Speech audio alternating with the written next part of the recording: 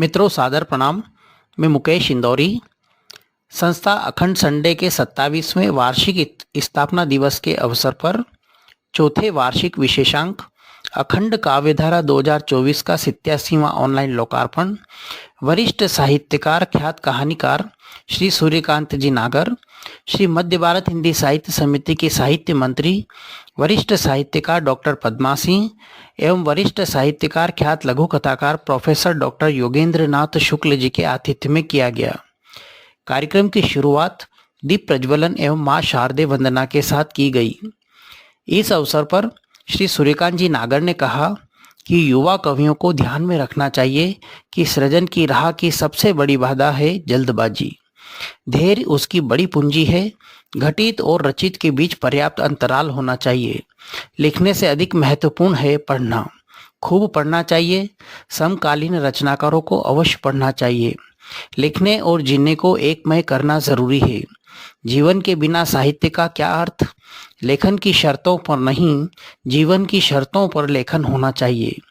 रचना को कला और भाव दोनों पक्षों पर खरा उतरना चाहिए। डॉक्टर पद्मा सिंह ने कहा कि जो सृष्टि के कण कण में जीवंतता की खोज करते हैं वे ही समय की धड़कन को शब्द दे सकते हैं और नव जीवन का संचार करने वाला साहित्य रच सकते हैं। सच्चा साहित्यकार वह है जिसके हृदय में ईश्वरी संगीत गूंजता रहता है। वही उसे शब्द की आराधना करने की प्रेरणा देता है। कविता मन की गुत्थियां सुलझाकर भटके हुओं को नई राह दिखाती है। कविता मन का परिताप, ग्लानि, असंतोष नष्ट करने वाली ऐसी रामबाण औषधि है जो किसी भी मृत समाज में चेतना प्रवाहित कर सकती है। वहीं डॉक्टर योगेंद्र नाथ शुक्ल जी ने कहा कि कवि अपनी कल्पना शक्ति और बुद्धि का सहारा लेकर आम जन की सोई हुई भावनाओं को जगाने का महत्व प्रयास करता है। इसी कारण कवि कर्म को राष्ट्र धर्म का पर्याय माना जाता है।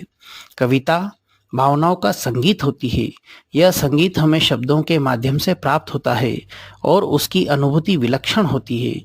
अखंड संडे उभरते हुए कवियों को जो प्रेरणा और प्रोत्साहन दे रही है वह काबिले तारीफ है। अखंड संडे अध्यक्ष मुकेश इंदौरी ने कहा कि अखंड काव्यधारा विशेषांक में कुल 51 रचनाकार, जिनमें 35 लेखक एवं 56 लेखिकाएं हैं, जिनकी 184 रचनाएं संग्रह में संकलित हैं। इस अवसर पर देश विदेश के जाने माने कई साहित्यकार ऑनलाइन उपस्थित थे। संचालन मुकेश इंदौरी ने किया। बहुत बहुत धन्यवाद मुकेश इंदौरी।